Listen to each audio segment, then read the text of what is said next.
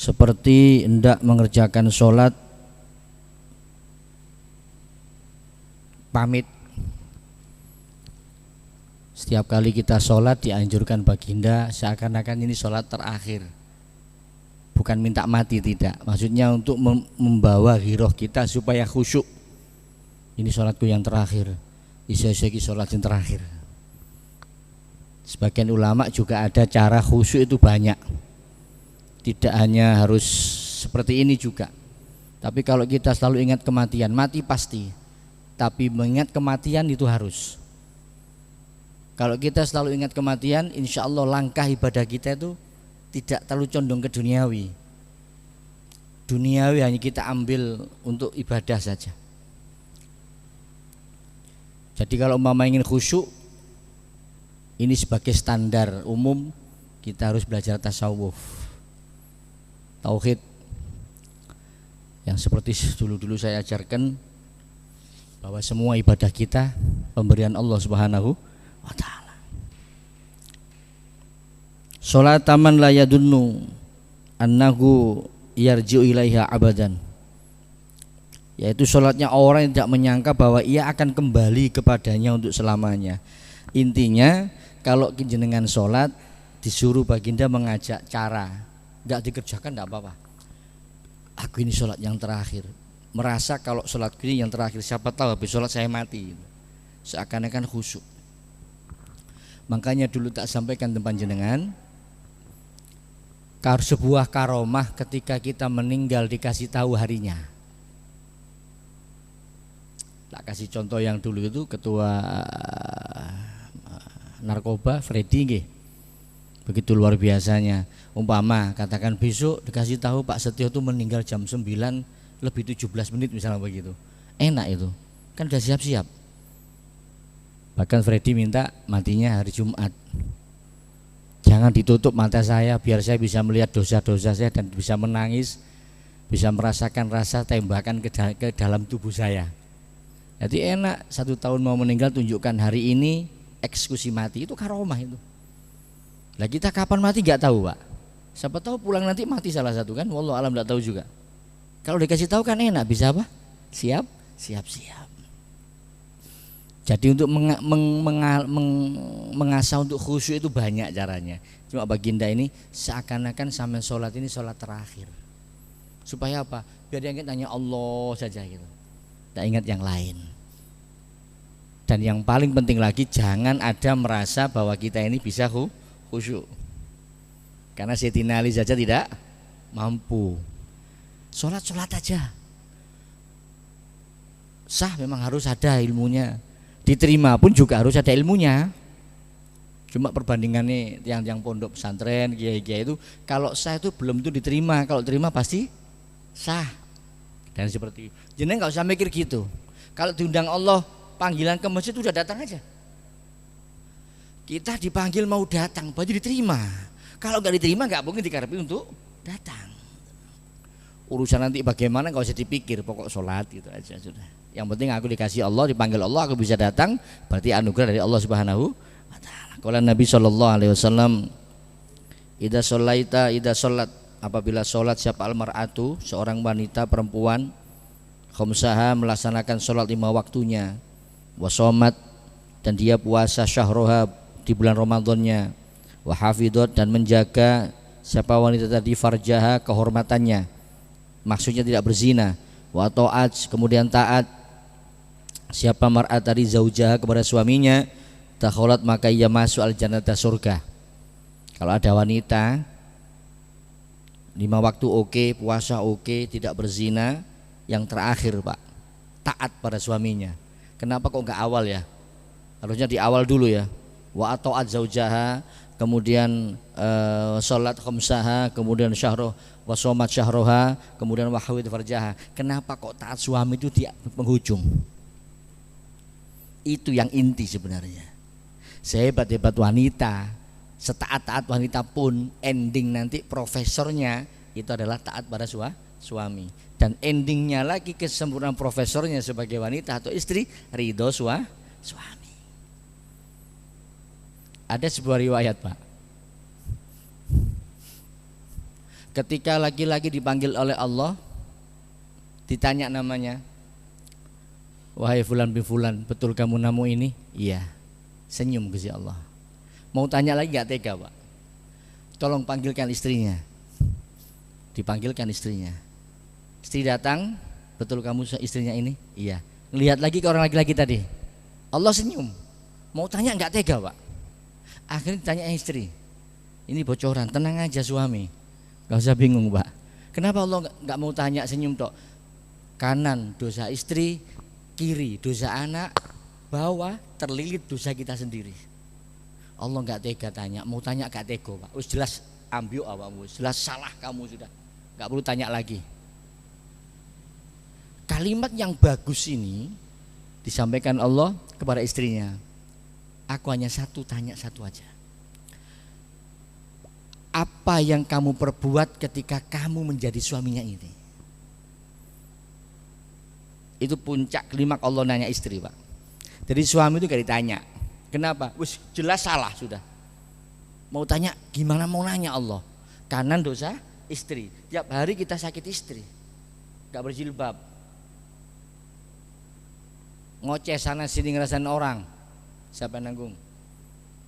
Kita jabel istri ke orang tuanya, kita beli dia, kita ambil semuanya. Yang belum nikah masih tanggung jawab orang tua, dosa salahnya. Ketika laki-laki ngambil memperistri dengan mas kawin, maka suamilah yang nanggung semuanya. Anaknya 4, 3, 2, dosanya siapa yang nanggung? Suami. Belum dosanya sendiri, gimana Allah mau tanya? Nanti suami istri dibilang, apa yang kamu perbuat dengan suamimu ini? Masya Allah. Makanya di hadis ini, wa atoat zaujah. Kenapa taruh terakhir? Mohon maaf banyak wanita yang sholat di masjid, mukena putih, jidat sampai hitam, ke suami masih berani. Untung suami ridho, aman. Ada seorang wanita sholatnya maghrib isya doang, kadang kalau karep aja, tapi ke suami luar biasa taatnya, ditimbang dengan yang tadi masih untung. Ya Pak ya. Kalau saya jujur, aku nggak mau kalah sama istri Pak. Tapi kalau zaman sabar, insya Allah cepat. Kalau mau daftar jadi wali Allah, harus sabar menghadapi istri. Itu tiket tercepat. Luar biasa itu Pak. Kalau tapi jenengan nek wedi karo istri itu malah bencana sudah. Bencana sekali. Ada juga riwayat itu. Suami sudah mau masuk surga, sudah menapakkan kaki, ditarik lagi. Ternyata ibadahmu sia-sia.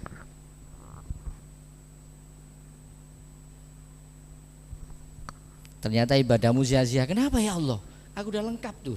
Rukun Islam lengkap, semua lengkap. Satu. Kamu takut sama istrimu. Subhanallah. Di filmnya gak ono STI kowe. Suami takut, istri kan ada filmnya dulu itu ya, di Trans TV enggak tahu kemana itu. STI. Apalagi wanita zaman akhir saat ini Pak. Wow, nek wani luar biasa sama suami. Ya, kuncinya satu aja Pak kalau selamatkan istri. Selalulah ridho terhadap istri. Padahal mohon maaf, andai kan istri itu meninggal duluan, saya sangat bersyukur. Tapi nek ngaji ngene iki Pak ngarepe wedok dipecucui sampean. Enak masih ngoten. Wong ngaji nang mak-mak aja bahas wayu, aja bahas enak-enake wong lanang sudah. Sampeyan tahu kalau istri mati duluan, mohon maaf ini, andai kan dia menanggung dosa zina 1 miliar kali. Pas meninggal suami bilang, "Ya Allah, bismillah, saya ridho sama istri saya dunia akhirat lahir batin." Selesai. Makanya kalau saya dikasih Allah ngaji ke mak-mak, itu dikai cocok Pak. Tapi ojo bahas iku mang, mecucu kabeh. Benci banget kalau udah bahas itu. Tapi ada salah satu orang yang diwayu. Dia diam dan senyum aja. Kata-kata ini ahli surga, saya bilang gitu. 8 neraka dikunci, 9 surga dibuka, namanya ada semua. Nek mani cerita ngene nang bojo sampean dikaplok sampean. Makanya jamaah saya, Allah digerakkan, saya digerakkan Allah ketika ada jamaah meninggal, istrinya meninggal sini. Di antaranya Cak Senadi itu Gus. Cak Senadi itu meninggal, istrinya meninggal, tak cari. Sudah dikafani, mau sini. Saya panggil ke situ, coba bilang sama Allah, bismillahirrahmanirrahim, ya Allah saya ridho sama istri saya, dunia akhirat lahir dan batin. Bilang gitu cepat. Aman sudah. Tapi yang repot itu kalau yang suami meninggal duluan, Mbak. Istri harus main pinter-pinteran, tak ajarin juga. Minta ridho suami. Tapi kalau udah minta ridho suami, nggak boleh nikah lagi. Biar berlaku itu ridho suami. Tapi kalau nikah lagi ya mau nggak ada yang tanya, loh kan enak nikah lagi, punya suami baru, minta ridho suami yang baru, mau nggak silakan, tapi bilang gitu Pak. Itu hebatnya istri di situ. Makanya hadis ini kenapa kok wa ata'at zaujah itu terakhir? Karena semua amal ibadah istri tiada dapat sampai ke Allah tanpa ridho suami. Bener Pak, kalau saya ngaji di Mamak Ngenel itu pokoknya isok ngomong gawa-hawa nu subhanallah. Sekarang alhamdulillah jamaahnya gemuk-gemuk, saya gak patek ngereken bojone ba mabuk, ba mentung gak diurus pun. Yang penting dapat belanja, enjoy sama anak sudah. Sejelek-jelek suamimu itu surga nerakamu. Ya. Saya juga pernah lihat, alhamdulillah, ini bukan ngeritik tidak. Emang kenyataan real. Ada seorang mubalek pandai bicara dipanggil kiai, bunyai dipanggil, jadi suami istri sama-sama mubalek.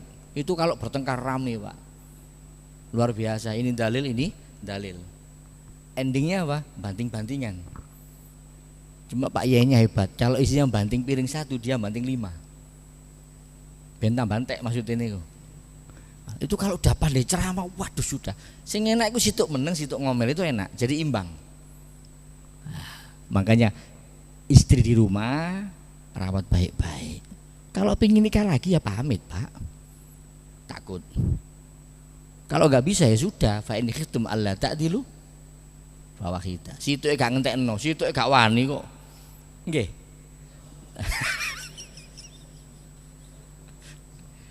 Kalau Nabi Shallallahu Alaihi Wasallam idza duyiat, ketika sudah direndahkan atau disia-siakan apa al amanatu amanah fangtadir, maka tunggulah as-saata waktunya. Ketika amanah disia-siakan, maka tunggulah waktunya. Nanti ketika kiamat, Qala berkata sahabat, kaifa idu'atuhu ya Rasulullah. Kaifa itu bagaimana? Idu'atuhu itu menyia-nyiakan yang namanya amanah itu ya Rasulullah, bagaimana? Qala dawuh jawabi sahabat Rasulullah, ida usnidal amru, ketika semua perkara diserahkan ila ghairi ahli, serahkan kepada orang yang tidak pada ahlinya, fangtadiri sa'a, maka tunggulah saatnya nanti. Orang gak ahli ngurusi pemerintah, ngurusi pemerintah selesai Pak. Orang gak bisa masak rasanya gak karuan. Orang gak bisa listrik, ngatur listrik setrum Pak. Orang gak bisa nyetir, nabrak. Makanya kalau kita gak bisa, jangan malu. Sayyidina Umar gak pernah gengsi itu. Datangi orang Israel mau tanya, orang Yahudi mau tanya perkara, mau tanya bla bla bla, Umar kaget. Beliau nggak malu. Sebentar, ini bukan bagian saya, ada bagiannya sendiri. Itu ditiru karo kiai-kiai. Kiai ini kapan esok jawab, nemu santri sing pinter, wis enak wis niku wis aman. Jadi kiai niki ngajine 65% tapi derajatnya api iso ngehe pondok, santri ini 1000 atau mungkin 800, punya santri yang luar biasa. Enak ya, ngoten niku enak. Gak perlu aku sing jawab, padahal gak iso. Santri sing jawab. Ngono kok kebanggaan. Iku sik santri ini, durung kiai ini.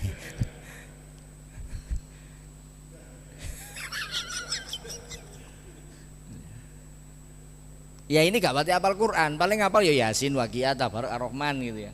Tapi mendirikan pondok tahfidz Quran. Padahal mantune sing hafal. Itu aja heran sudah. Iki sik mantune durung marutuane gitu. Jadi kalau sudah, tolong Pak, kalau jenengan bisa listrik, bilang enggak apa-apa. Karena memang bidangnya listrik. Insya Allah saya dikasih bisa. Jangan saya bisa, jangan begitu. Insya Allah saya diberi bisa. Itu baru kita selalu ke Allah, sadar ke Allah. Di sini mana ada yang hafal Quran, cuma saya tok, jangan begitu. Di sini mana ada yang ahli fikih di masjid ini? Gak ada, cuma saya tok. Jangan bilang begitu. Kalau emang Anda di sini ahli fikih betul, paham fikih betul, kemudian ada masalah datang, insya Allah akan saya jawab. Jawaban itu enak, tidak mentuhankan dirinya itu. Ya, kalau yang bagiannya listrik ya listrik, bagiannya dakwah, bagiannya ngaji, ngoten mawon, bagiannya adzan. Jadi jangan bagian adzan moro khotib. Nggih. Wonge awake gak patek kuat bersani masjid, marbot, oh tengger semaput, Pak. Harus sesuai kapasitas keilmuan masing-masing. Ini yang dimaksud hadis ini ya. Pak Presiden itu milih menteri itu tidak sendiri, pasti ngajak orang. Siapa ya ahli ini? Kasih. Siapa ahli ini? Kasih. Ternyata kita punya menteri luar negeri yang menguasai 59 bahasa. Baru ini loh, Pak. Itu orang Indonesia loh itu. Gak main-main. Termasuk kenapa baginda Muhammad SAW ketika meninggal beliau tidak mewariskan siapa penerus saya. Memang gak boleh sama Allah. Kalau nanti Rasulullah milih, berarti semua harus dipilih Rasulullah. Kalau Rasulullah meninggal, siapa yang milih? Dibiarkan. Wah, polemik itu sudah. Semua jago wali karena masih ahlul bait. Ternyata Abu Bakar meninggal jago Umar singitan, Pak, Melayu nih Umar pisan, enggak mau. Itu contoh orang-orang yang memang ke Allah seperti itu, enggak mau jadi pemimpin. Singitan Umar, mana Umar? Cari Umar. Enggak gelem maksudnya. Tapi Abu Bakar bilang terakhir mau meninggal, Umar langsung mau. Umar meninggal, lanjutkan seperti urutan yang sudah ada. Utsman polemik politik keruh karena saking sabari Utsman bin Affan radhiyallahu an. Malaikat saja sungkan, iblis saja sungkan. Meninggalnya masya Allah, ngaji Al-Quran malam penggal kepalanya. Yang menggal Muawiyah pakai baju golongan Sayyidina Ali. Seakan-akan yang dituduh Ali yang membunuh. Itu sudah polemik terus sampai Hasan Husain dan seterusnya. Bisa dipaham? Meskipun grup kecil anggota cuma 11, 10, 9 itu sesuai bidang masing-masing. Jangan kemudian nggak bisa bilang bisa loh. Bahaya itu. Bisa dipaham ya? Kalau memang nggak ahli fikih, koordinasi dengan ahli fikih untuk memutuskan sebuah perkara atau masalah. Jangan sepihak. Kalau salah katakan saya salah. Kalau benar saya diberi benar oleh Allah. Insya Allah ini yang benar. Lu ngoten. Nyun saya ulung, nyun saya mun salah paham. Di mana-mana masjid pasti ada polemik. Nek gak ngono masjid iki kan barokah Allah. Nek ono masjid aman-aman saja, berarti titik barokah. Wong sekelas Nabi geger kok. Sampe njaluk sekelas ini gak geger loh.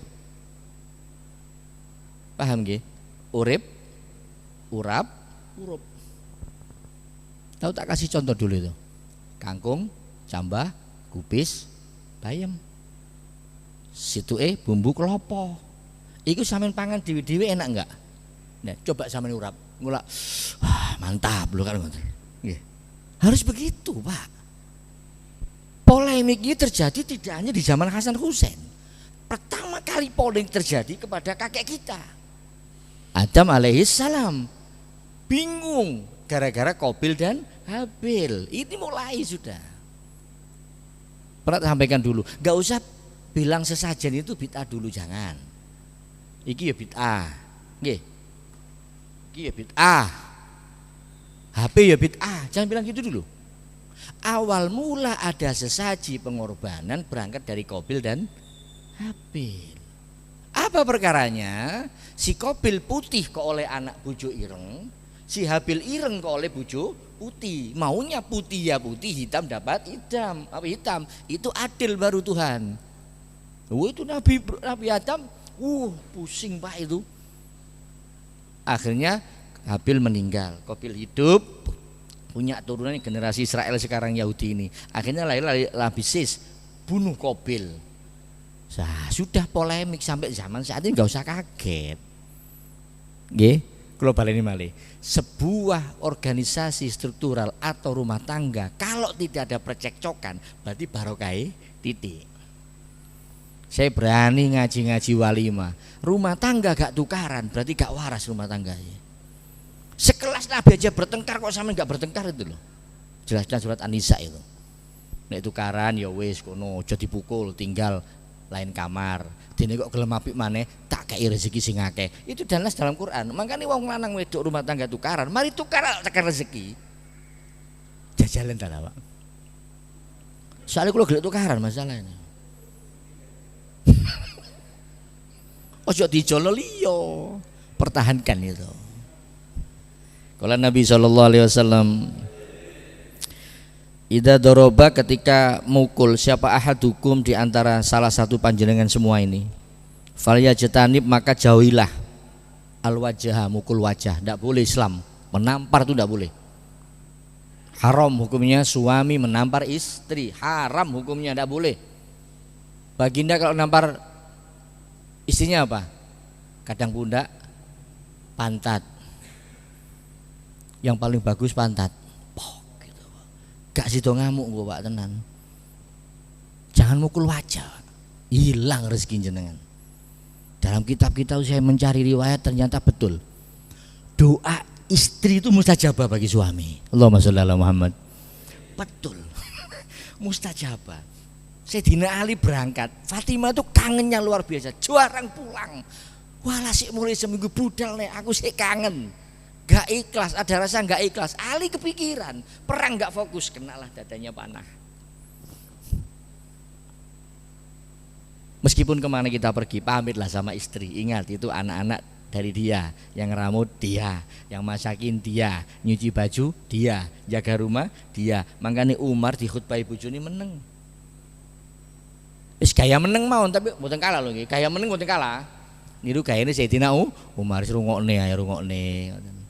Malah Abi Dar niku nek turu jarang teng griya, Pak, dileme nggone masjid. Pokok turu nang masjid sebelah kono, orang udah jelas Abi Dar. Tapi beliau ahli fikih, ahli hukum agama, dicintai Rasulullah Muhammad SAW. Tapi nggak ngerti hidupnya kok kayak gitu.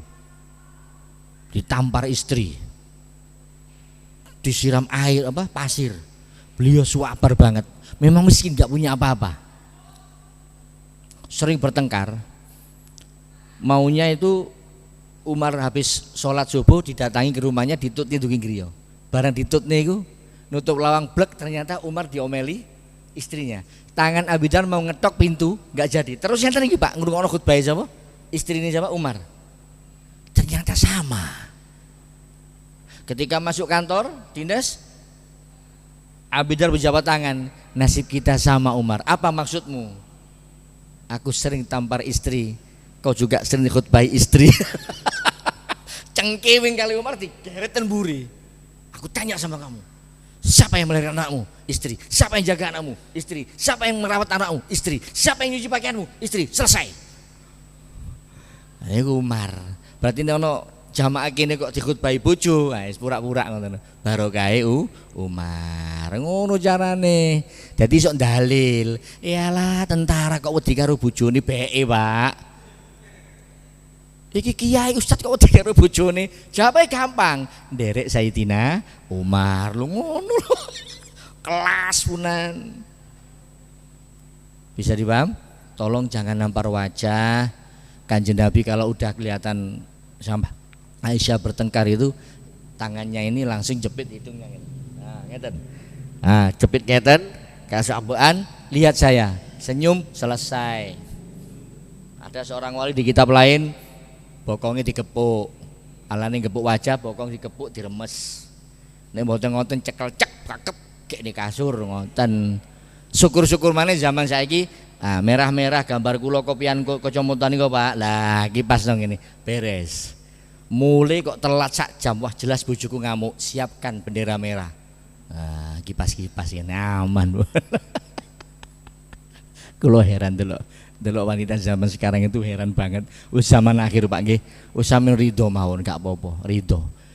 Kayak istri kita yang gak pakai jilbab, keluar ketok rambut iku sing nanggung wong lanang, Pak. Nggih, wean karo wong lanang, guyu karo wong lanang sing nanggung dosane awake dhewe, Pak. Makanya besok sampean gak akan ditanya oleh Allah tentang istrimu. Yang ditanya siapa? Istri sampean. Gak usah wedi. Nggih. Pokok jamaah mriki nek isok lho iki. Kula dhewe belum iso. Nek isok berusaha menik ngadep Gusti Allah, wis gak usah ngomong napa meneng mawon. Satu kata, siap neraka ya Allah ngono. Iku satria wah. Satria. Tanda-tanda orang besok yang tenang di akhirat meskipun di hadapan Allah. Ketika di dunia dia benar disalahkan dia diam. Ketika kena fitnah orang banyak dia diam. Ketika dia dihujat apa saja dia diam. Ini tanda-tanda orang tenang di akhirat nanti itu. Orang ini akan dibela oleh Allah. Siapa ini? Setia. Oh si aman si gua esik. Tenang itu sudah. Nggak akan ditanya. Kenapa? Di dunia bener aja disalahkan. Lah manusia itu kategorinya apa? Manusia adalah berbuat baik pun tetap salah. Apa maneh? Salah. Sudah siap salah. Baginda bertengkar sama istrinya, aku yang salah. Khotok tuh. Akhtok tuh. Enggak saya yang salah. Enggak aku sih salah. Enggak aku sambung-sambungan kelonan beres, Pak. Sudah itu selesai. Insya Allah gampang lakoni niku to ngadong itu. Ya diusahakan kalau bertengkar jangan sampai nampar wajah. Yang kedua, jangan mudah terpancing oleh istri ketika marah kena iblis ngajak cerai. Ketika suami istri bertengkar, iblis itu keplok, cerai. Salah satu kemenangan iblis coro bal-balan juara Piala Dunia itu ketika istri mengatakan cerai kepada suami mengatakan cerai pada sama istri. Biarin aja. Contoh kecil. Sudah ceraikan aku, Pak. Sudah ceraikan aku ya. Sudah bosan aku lihat kelakuanmu. Ceraikan aku. Terserah. Kenek loh Pak sampai hati-hati loh. Masih kurung sore sampai kenek loh iku Jan. Terserah. Berarti kan iyo. Hati-hati. Jangan turuti. Dan istri meskipun bilang 1000 kali, saya cerai kamu Pak, saya cerai kamu Pak, gak sah. Ya, hati-hati. Wis bab bajek ngombel Pak, pegel paling kok nangis tangi turu tangi jak ngemol tandak nang ndi ngono lho.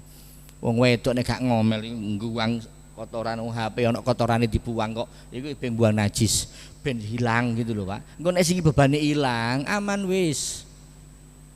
Bisa dipaham nggih? Jangan nampar wajah. Cium, peluk, gendong. Istri kalau udah sakit hati sama kita, dia butuh sandaran kepala.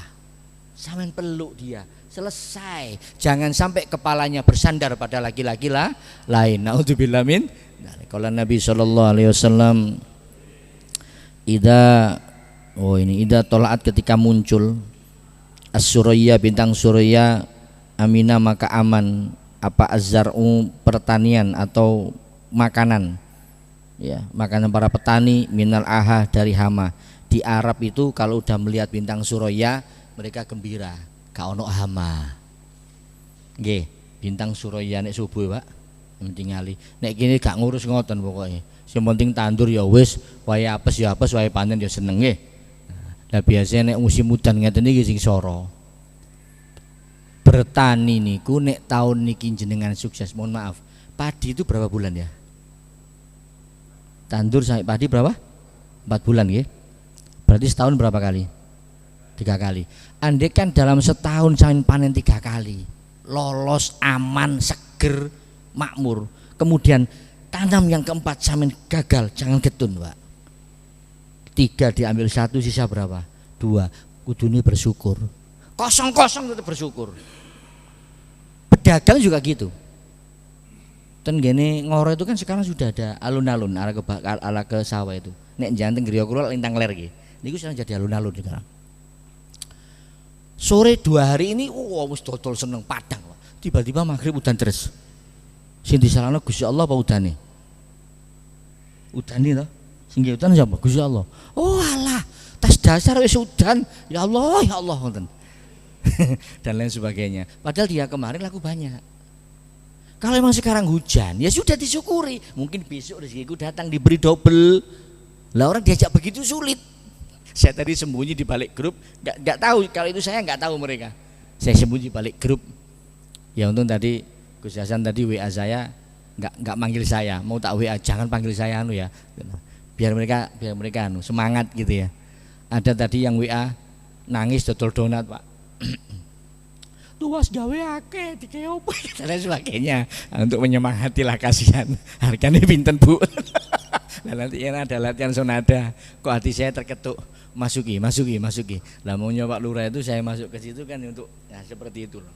Bu, berapa harganya? Beli 20 nanti belum ada acara. Serius dong, akhirnya dijapri, nggih. Sampai tumbang, enggak tahu saya. Barang tahu mampir ke rumah saya. Loh, ini kan rumahnya Pak Habib itu, bingung. Dan lain sebagainya. Saya ada kata-kata di situ, kerja jangan untuk kaya, tapi kerja untuk ibadah.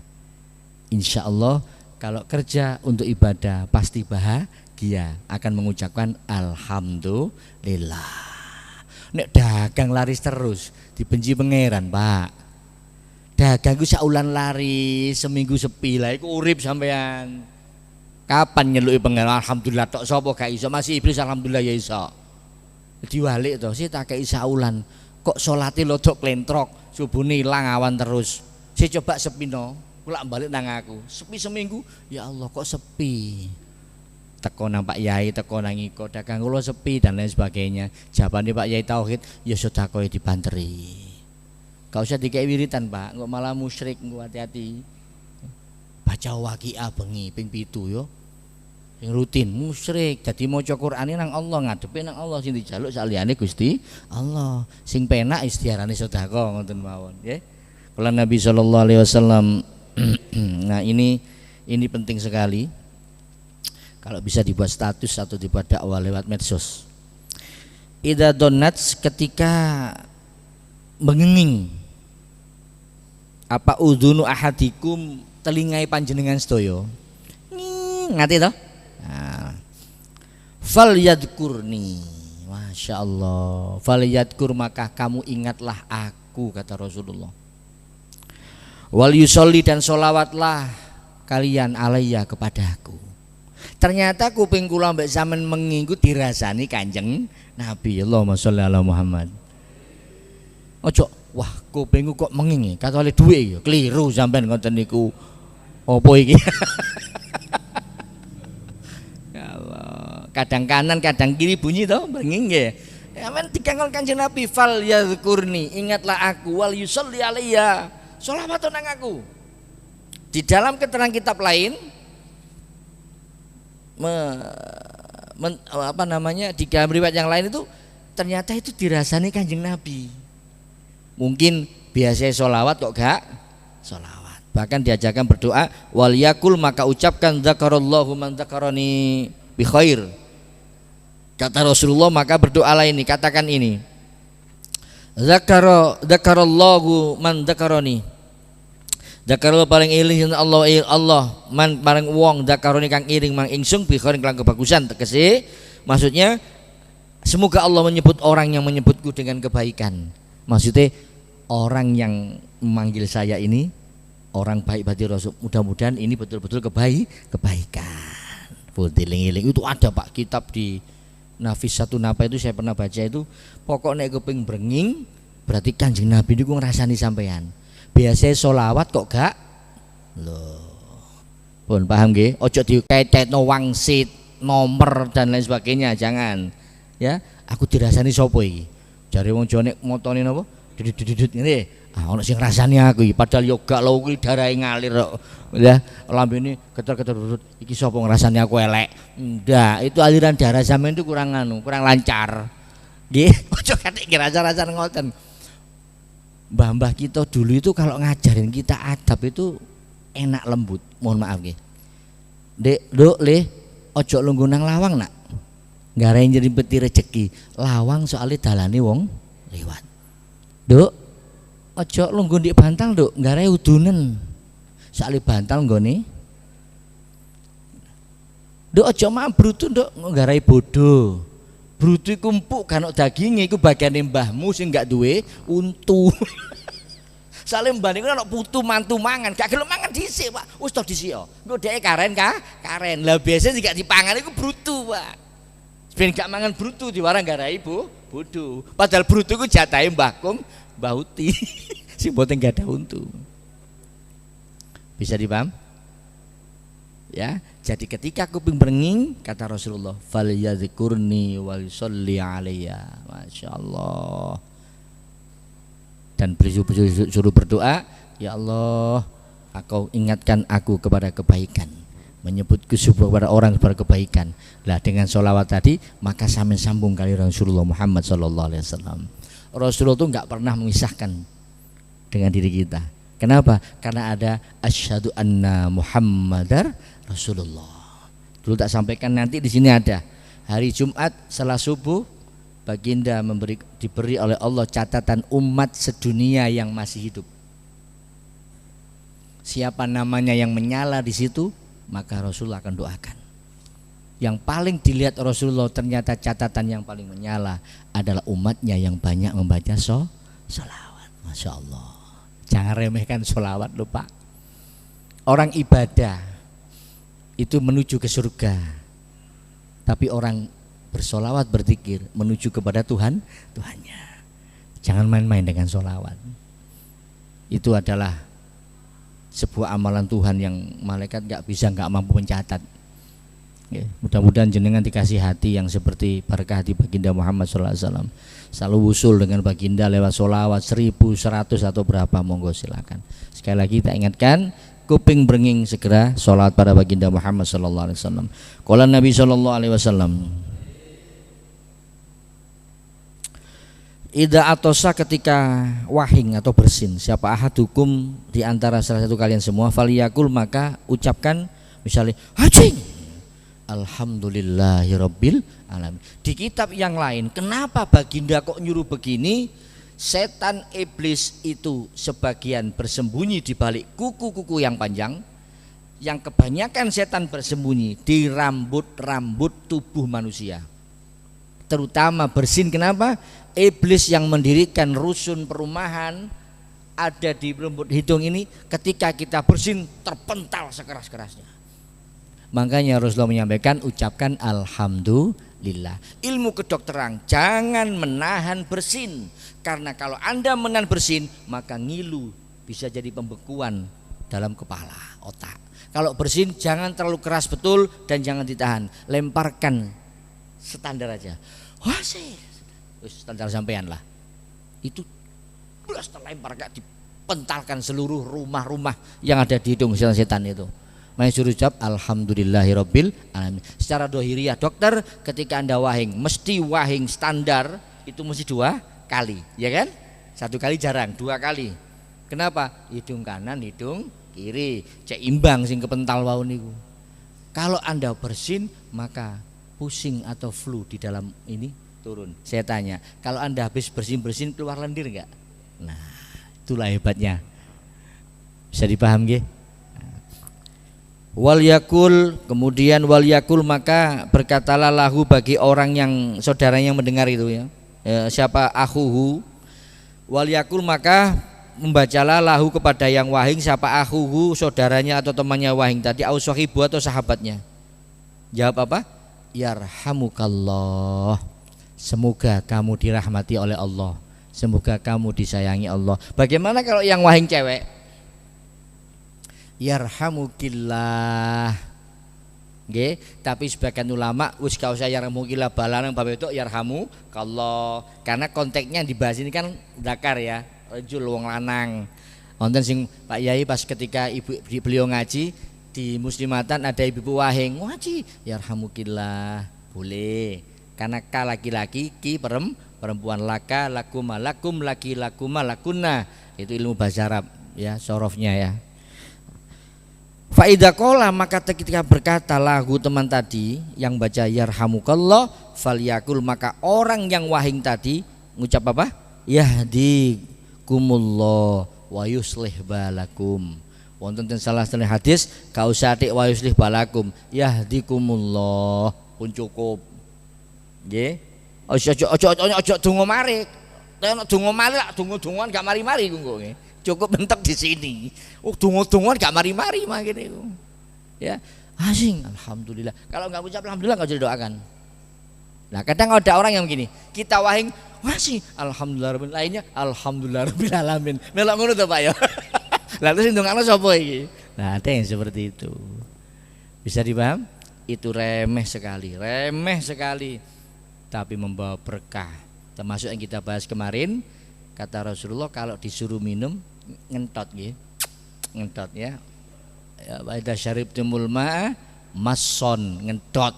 Makanya kenapa bayi itu mentil utawa ngedot. Ya, bapak-bapak nek sering kepingin di jantung koroner, pagi malam kalau bisa mentil istrinya sendiri-sendiri, itu sunnah. Sampe nek kepingin sehat gini ku obati. Masih minum masih minum gelas ngeten iki mun diglogok ngeten, glogok enggak lara kebuk, sakit perutnya. Ya terus kalau minum ya duduk, tetap disedot, Pak. Kata ya dokter jantung seluruh dunia, minum yang paling bagus itu pakai sedotan. Ya, olahraga yang paling bagus jantung yang nomor satu adalah mentil istrinya sendiri. Wis kadhe insyaallah Pak iku iya kudu. Wong duwe koleser treble bus kok gak digawe lho piye karo sampean. Kala Nabi sallallahu alaihi wasallam idza rafa, apabila sudah tahu siapa al-hulamu anak-anak, yaminahu tengene min shimali dari kanannya, kanan dari kirinya, famuruhu maka perintahlah mereka itu bisolati untuk mengerjakan sholat. Nyun sewu di fikih di hadis lain, mohon maaf, ketika anakmu sudah umur 10 tahun kok enggak sholat, pukul nggih. Di hadis ini nunggu ngerti mumayyiz tamyiz ya. Oh iki keneng, oh iki kiwa, oh iki dhuwit, oh iki elek, iki apik, salat. Tapi bahasa mukul ini gak harus dipukul, Pak. Ndak. Sentuhlah dengan kata-kata indah. Jak mangan kok nopo sik kono, sentuh dengan kata-kata indah. Memang awalnya kita takut-takuti surga, maaf neraka, kita banggakan dengan surga awalnya. Dan jangan sampai maksa anak terlalu keras untuk sholat. Khawatirnya apa? Di saat ada sampean dia sholat sudah tidak takut pada Allah tapi takut sama kedua orang tua, di saat saya pergi dia sendiri di rumah yang dia katakan merdeka, bapak ibu tidak ada, sudah nggak sholat. Bisa dipaham? Berdoa dengan sentuhan-sentuhan hati. Ingat, anak adalah generasi tauhid kita. Anak adalah investasi yang luar biasa. Jangan sampai tersakiti, Pak. Karena kita nanti tua mengharapkan anak, kita nanti meninggal mengharapkan doa anak. Awaladin solihin ya Allah. Baginda saja, meskipun waktu itu anjing belum dikatakan najis, Hasan Husain main anjing, anak anjing kiri, sampai anjing tadi masuk ke longi apa Pak? Bahasa Indonesia ini apa ini? Longane bahasa Indonesia apa sih baku? Kolongnya tempat tidurnya baginda dibiarkan sama baginda. Baginda di ruang tamu, Jibril datang, assalamualaikum ya Rasulullah, waalaikumsalam, udkhul ya Jibril, lah, udkhul ya Jibril, lah, udkhul ya Jibril, lah, keluar Rasulullah. Kenapa? Di dalam rumah sampean ada anak anjing. Kenapa Jibril? Aku nggak mau masuk. Sejak itu terjadi polemik hukum di anjing itu, ya. Di Quran ada, saya nggak terlalu jauh ke sana. Anjing yang terdidik untuk didikan kebaikan maka tidak najis air liurnya. Ingat-ingat niku, oke? Karena terlatih. Tapi yang tidak terlatih atau liar najis. Lihat nanti kalau panjenengan biar waktunya nggak lama-lama. Zaman baginda ada berburu. Zaman Abu Bakar, Utsman, Ali sampai ke bawahnya ada berburu. Yang dipakai berburu apa? Anjing. Bekas gigitannya pun, nah, kalau mau lempar baca bismillah. Bunuh sudah. Gak najis, kenapa? Terlatih. Bahkan di kitab Fathul Mu'in itu masih polemik juga pendapat ulama. Bekas yang ada hadis yang pernah dijilat anjing suruh baginda bersihkan. Tapi hukumnya nggak najis. Nah, itu polemik juga, ya. Saya nggak terlalu banyak ke sana. Soalnya zaman kan umurnya wis mau sudah semua. Yeah. Jadi kulo kali panjenengan ketika anak kecil sudah kayak gitu, tolong segera diajak pengenalan sholat. Dan jangan keras-keras ke anak-anak ketika di masjid, Pak. Nanti anak-anak zaman kerasi, akhirnya masjid ini gak disoboi, Pak. Generasinya siapa? Biarkan anak-anak di sini diawasi, dikasih wacana yang baik. Banyak hadis mengatakan ketika masjid sudah tidak terdengar tangisan, candaan, tertawanya anak kecil, maka tidak ada malaikat di situ. Nggih, sing tahu Mekah nang Madinah sembahyang beduk asar utawa pas salat wajib yang tidak bacaannya atau rakaat ketiga atau rakaat keempat, yang terdengar cuma batuknya orang-orang, tertawanya anak kecil, tangisan anak kecil. Tolong dijaga anak-anak, karena mereka generasi kita. Ketika kita udah tua nggak mampu jalan dari rumah ke masjid, siapa yang nerusin? Anak-anak. Makanya baginda, anak laki-lakinya meninggal semua lewat Khadijah, tinggal Fatimah, maka kebanggaan beliau adalah cucu-cucunya. Ketika sholat, mohon maaf, rebutan ingin digendong, beliau tidak mensendakepkan tangan. Allahu Akbar, gendong, rukuk taruh. Ketika sujud, Hasan di kepala, Husain di pantat. Subhanallah, beliau tenang. Duduk lagi berdiri, Allahu Akbar, digendong. Karena beliau tahu ini mahkotaku yang melahirkan generasi-generasi darahku. Memberikan contoh beliau itu. Bahkan sampai sahabat tuh heran, kok sebegitunya Rasulullah diam ya. Nyun sewu nek jenengan sujud kan kepala di bawah nggih. Yo kalih Hasan kulit tumpake dijaran-jaran ngeten. Itu dimarahi sama Ali. Dilarang sama Rasulullah. Dimarahi sama Fatimah, jangan, biarkan. Tidak boleh. Itulah anak, Pak. Di tempat saya itu ada tulisan di tiang itu. Dengan tidak mengurangi rasa hormat untuk tidak membawa anak ketika jamaah di masjid. Kaget saya waktu itu. Loh kok gini? Karena ada salah satu anak jamaah saya itu luar biasa hiperaktif. Gowoyon jam sing besar itu ada kacanya Pak, sing neng yang harganya 40 juta itu ditenggor rubuh Pak. Wah sudah dimarahi. Alhamdulillah ayahnya ada rezeki, tak ganti yang sama atau mungkin yang lebih baik. Sudah jangan dibahas lagi. Muncullah tulisan itu akhirnya. Tolong anaknya jadi kona masjid jamaah, garis memang nggak khusyuk. Masalah fatal ini Pak. Kalau Anda bilang konteksnya anak kecil penyebab Anda gak sholat khusyuk, apa memang betul saya bisa khusyuk? Wong Sayyidina Ali gak bisa kok saya bilang khusyuk. Sok-sokan. Coba ikmang putumu. Misalnya ngoten kok cara gelem ngamuk saged. Coba ikmang putumu.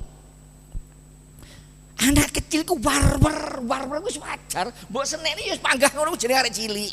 Lho terus ngapain sampean ke Allah kok ngeraken arek cilik? Sing salah arek cilik apa sembayang? Gak usah pakai dalil, Pak. Setenang-tenang orang tua masih besok mati. Setenang-tenang habis sholat subuh kamu ditembak mati, oke. Setenang-tenang orang sholat subuh masih yang korun mati, tetap gak tenang. Dan tidak ada orang yang bisa sholat khusyuk selain baginda Muhammad SAW dan orang-orang pilihan. Sayyidina Ali itu makomnya kayak Musa dengan Harun. Andai kan ada nabi lagi Ali, kamu dipilih. Sholatnya gak sanggup Ali kok, gak gaduk kok sampean ngomong gak khusyuk, gak ngomong sholat malah gak khusyuk.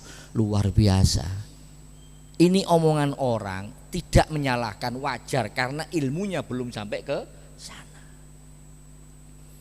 Makanya kalau bisa masjid itu ada takmir bagian koordinasi anak-anak, pendekatan ke anak-anak, ajak mereka kemana, kasih wacana Pak, berpikir anak-anak kita ini sudah terbawa oleh HP, medsos, Yahudi dan lain sebagainya. Kalau enggak kita ajak ke masjid, jangan pernah diusir anak-anak itu. Baginda tidak seperti itu. Saking cintanya sama cucunya. Jadi baginda ini ngajari, kilo anak-anak. Meskipun bapaknya Hindu, Buddha atau non Muslim, ghairu mukmin, tetap yuladu alal fitrah. Di kitab Mukhtarul Hadis juga nanti ada Pak. Anak-anak kecil yang lahir sebelum balik, meskipun bapaknya kafir, diramut cara Nabi Ibrahim sama Dewi Sarah di gunung-gunung surga.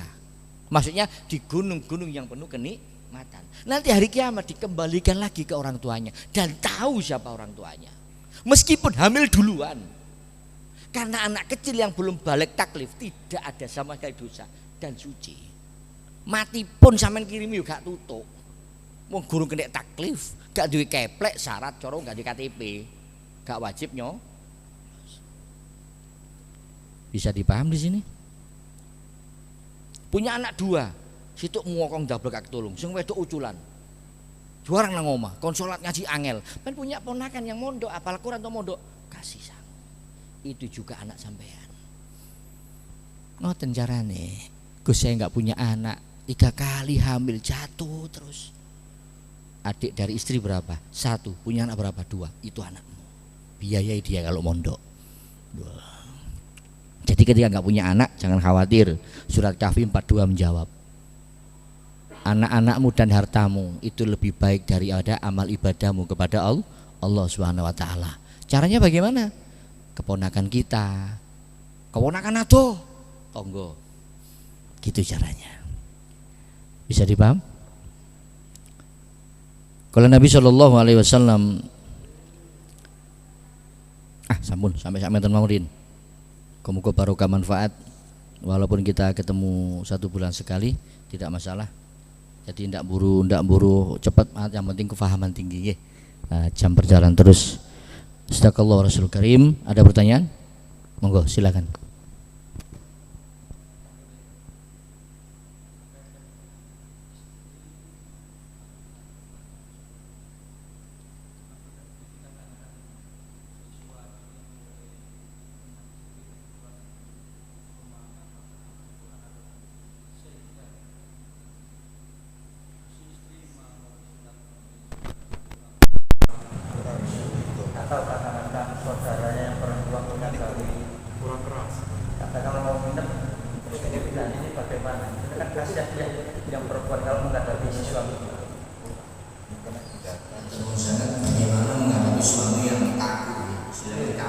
Yang istri nggak bisa kemana-mana, tetap istri fardu ain mentaati suami. Cuma tetap saya ngasih garis cinta emas, bijaksanalah jadi suami. Tapi kalau memang karakter sama-sama seperti itu, egonya 99%, ya sudah, itu risiko istri. Apapun perintah suami, sabdo pandito ratu. Apapun itu. Kan nanti itu wonten cerita ana wedok dirabi wong, gak oleh nandine bojone dereng mantuk sampai ibuke meninggal dunia. Nanti bilang nggih. Nah, iku ibumu ning mulio sing lahirno sampean. Adik ning. Tetap gak pulang. Tangi lagi, tetap gak pulang. Akhirnya semua seluruh kampung melaknat, mendurhakakan dan lain sebagainya. Ibunya dikubur siang, besoknya baru dia datang sama suaminya. Dihina-hina orang sak kampung. Setelah dihina, dicemooh, dilempari, pulang. Malam kedua, anak yang tadi ngoyok nih tadi itu mimpi bertemu ibunya. Tadi bidodari, Pak. Wow, luar biasa mahkotanya kerajaannya. Loh, sampean kok kayak gini? Ini berkah kakakmu yang solihah taat kepada suami. Para nono mbakmu, mintalah ampun, mintalah maaf pada mbakmu. Sakala niku baru minta maaf. Didelok wong kok salah Pak nggih. Ternyata kalau orang tasawuf seperti diantaranya Syekh Hasan As-Sadili, Ibnu Al-Iskandari, Jalaluddin Ar-Rumi dan lain sebagainya yang sudah linknya itu link ketasawufan tinggi, kemarifatan, mahabbah. Bahkan Imam Syafi'i juga. Kalau kamu milih guru, 1 ilmu luar biasa, 2 yang banyak fitnahnya. Kok bisa gitu? Saya tanya Pak, baginda Muhammad itu fitnahnya terus apa berhenti? Saya meninggal, gak ada hentinya. Karena wong ini loh, kiai kudu sing apik, gak duwe fitnah, gak celo, gak elek, gak ono Pak. Jenengan ningali kula sakniki lak ngeten iki to. Wis kok patuh-patuh, tapi kan sampe gak aib kula. Mana aib saya? Tutupi Allah. Karena saya ditugaskan oleh Allah ngaji seperti ini, maka Allah lembut. Andai kan sampean tahu keburukan saya, leren wis. Oh, tiba Lukman iki ngene lah. Padahal orang yang bilang begitu, citoke iki yo teleke akeh. Jangan melihat seseorang satu kesalahan, Anda lihat semuanya jadi salah. Kalau bisa, lihatlah orang dengan kacamata batin. kacamata hakikat manusia pasti punya salah, ya sudah. Ada satu kiai Gus berbuat salah titik ngono ngene. Lha ngeten iki nyuwun sewu. Wis dianggap ae guru ra apa-apa ngan tau ngaji. Gus Miftah saat ini ya sudah disayang Allah. Coba terus. Ya, Rasulullah pernah mulutnya ini diselengkat oleh iblis, kletek baca ayat keliru, langsung dikembalikan sama Jibril. Itu Rasulullah loh. Guru kita Gus Muafik juga pernah ngomong keliru ya, kata menurut orang-orang. Akhirnya beliau memperbaiki. Itulah manusia. Ada juga di Mojokerto ya yang masuk penjara, saya ngaji mana. Itu juga manusia. Wong kiai lebu penjara kok gak bisa menghargai mana? Lihatlah ilmunya. Saya tanya, Hanafi meninggal di mana? Penjara. Imam Hanafi, Maliki, Syafi'i, Hambali radhiyallahu anhum semuanya masuk penjara. Kita tuh harus melihat ke sana gitu loh. Jangan kemudian orang yang ngajar di sini, misalkan umpama, anaknya kecekel kena narkoba, bapak nih kiai kok narkoba, wis usah jualan ngaji. Jangan seperti itu, Pak. Nilainya itu. Pandangan kita harus cerdas, panjang, luas, dalam, penuh dengan kemarifatan pada Allah. Iku lho. Masih hebat koyo ngono, tapi adik ini kelakuannya koyo ngene. Oke lho, bapak kiai, tapi aneh mlebu tuh penjara, siaran TV. Sampai kok ngene, iku sih maksiat kena narkoba tapi tetap Islam. Saya tanya, pernah enggak sampean tahu di riwayat anaknya Abu Bakar yang kafir? Bahkan berhadapan. Akhirnya Rasulullah bilang apa? Aku sangat bahagia denganmu, minggir. Jangan lawan anakmu Abu Bakar, kamu kalah. Suruh minggir. Nanti Abu Bakar gak lillahi ta'ala perangnya. Andai kan mati gak syahid, kenapa? Ilo-iloan bapak ambek anak. Wahai anak yang punya wes macam-macam. Anak Sayyidina Umar mabuk ngamili wanita. Gak sadar, terus gak terima jenenge mabuk gak sadar. Kapan saya mengamili? Datanglah wanita, pulanglah, tunggu nanti ketika lahir. Ternyata dipegang sama Sayyidina Umar. Nah, kamu anak siapa? Umar bin Abdullah. Abdullah bin Umar. Sayyidina Umar sendiri yang rajam, Sayyidina Umar sendiri yang nyuruh Kalgucus supaya loh. Sampai jangan melihat ke situ, cepet pandangan seperti itu. Sekelas sahabat aja kayak gitu kok. Jangan kemudian mengejek satu gus satu kiai anak lu penjara di sebar teko dindi. Justru orang yang saat ini di medsos sekarang mengundurkan diri, justru itu yang dipilih Allah. Wis mandi toh, wis urus sesaono iki, wis yo ngene-ngene, kowe cukup nang aku. Di saat seperti ini apa yang dia banggakan? Enggak ada. Ya Allah. Jelas ya. Nah, termasuk ini tadi. Maaf, di kitab Uqudul Jen diaturkan istri harus tetap taat pada suami walau kana kafiron. Masya Allah, derajat suami itu luar biasa. Ya, andaikan sebentar Pak, andaikan istri seperti ini, itu resiko dia Pak sudah. Nah, cara solusinya siapa yang disungkani sama suaminya ini, Pak D-nya atau siapa, didatangkan supaya lebih bijaksana untuk menghargai istri. Cukup Pak Khalid? Monggo silakan.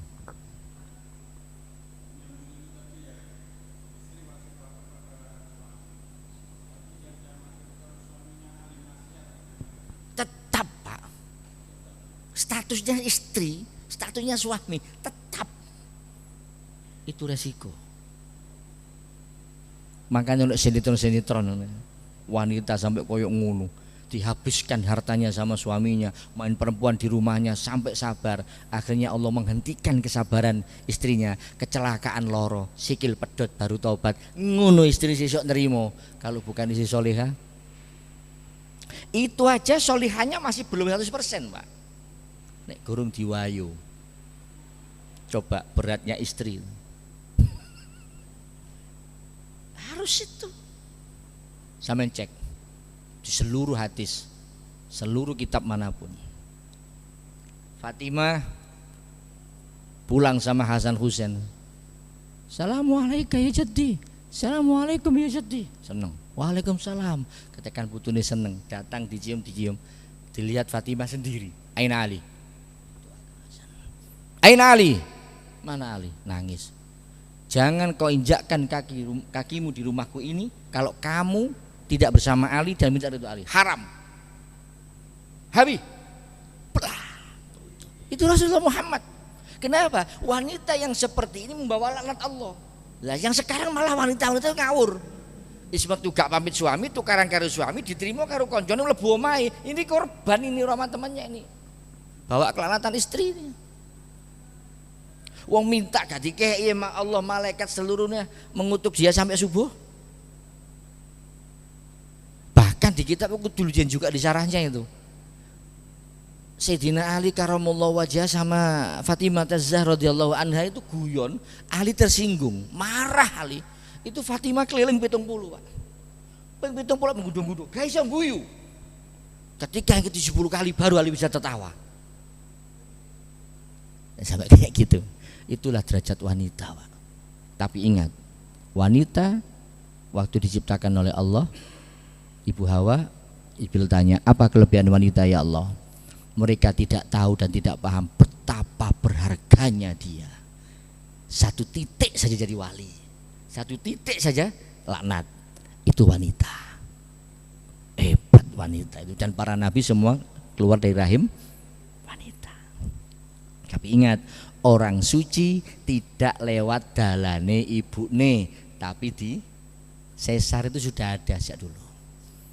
Sayyidina Ali tidak lewat jalan ibunya, Baginda Muhammad SAW tidak lewat jalan ibunya, Isa tidak lewat jalan ibunya. Dan orang-orang yang suci itu kebanyakan tidak dalani, Pak, tapi sobek. Itu kesucian. Nggih, nonton nggih, Pak? Ada lagi yang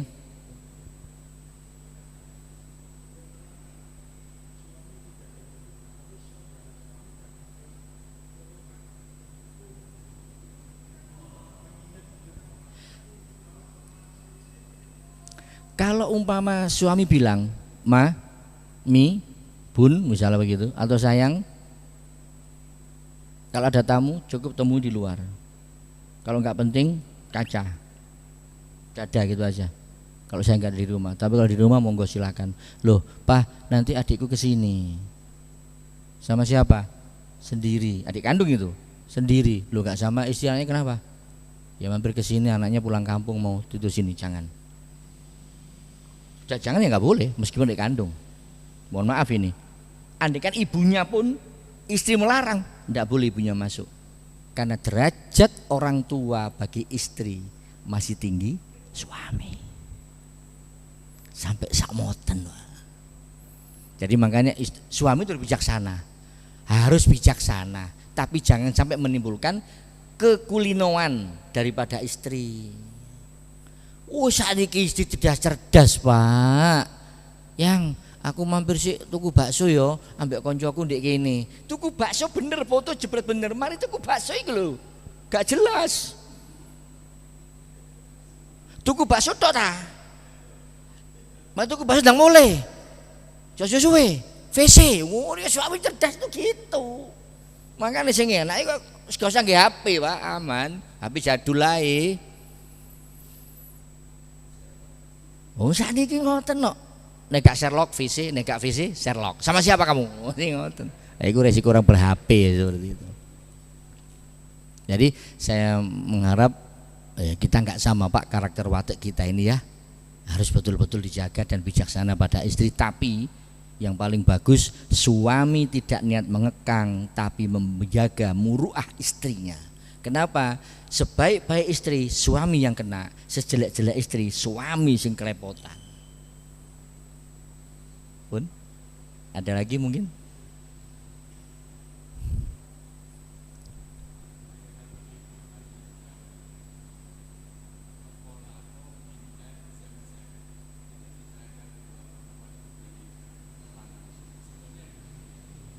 Ada gitu atorik ya.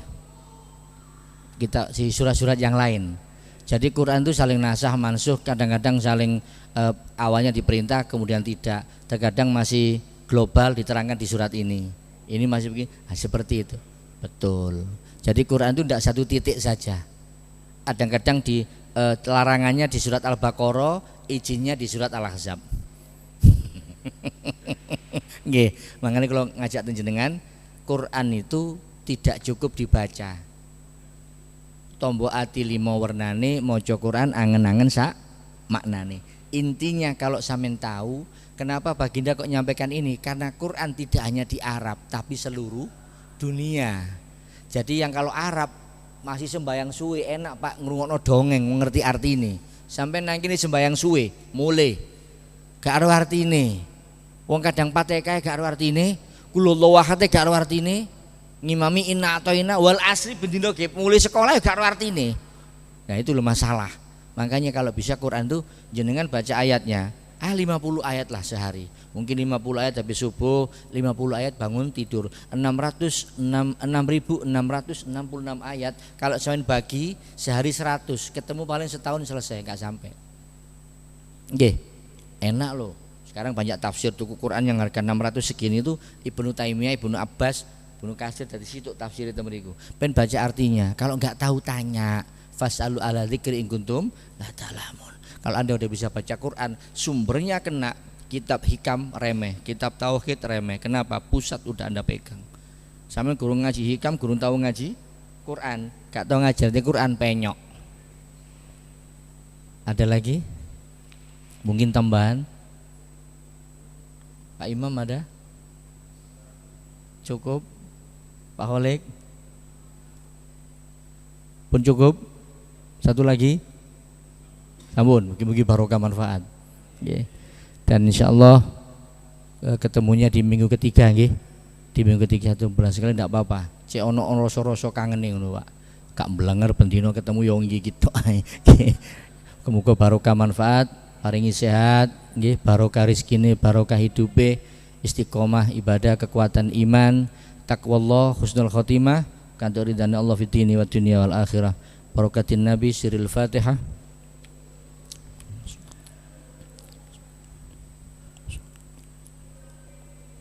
Bismillahirrahmanirrahim. Wassallallahu wasallim ala sayyidina Muhammad sallallahu Muhammad alhamdulillah rabbil alamin. Inna nas'aluka wa sallu ilaika ya Allah bi nabiyyika Muhammadin sallallahu alaihi wasallam. Allahumma balligh ruha sayyidina Muhammadin minna tahiyatan wa salam wa ta'dima. Allahumma rabba Muhammad wa ala ali Muhammad salli ala Muhammad wa ala ali Muhammad ajzi Muhammadan sallallahu alaihi wasallam wa ahluh bi haqqi nabi sallallahu alaihi wasallam. Barik hadzal majlis ya Allah mamlu'atun bi rahmatika wa hidayatika wa maghfiratika wa ridwanika wa ighfir lana wahdina warda anna ya rabbana ya rabbana ya rabbana maulana jazallahu Muhammadan sallallahu alaihi wasallam wa ahluh alhamdulillahi rabbil alamin. Siril Fatihah. Aku ngepangapunten hadanallahu wa iyyakum ajma'in. Assalamualaikum warahmatullahi wabarakatuh. Allahumma shalli ala Muhammad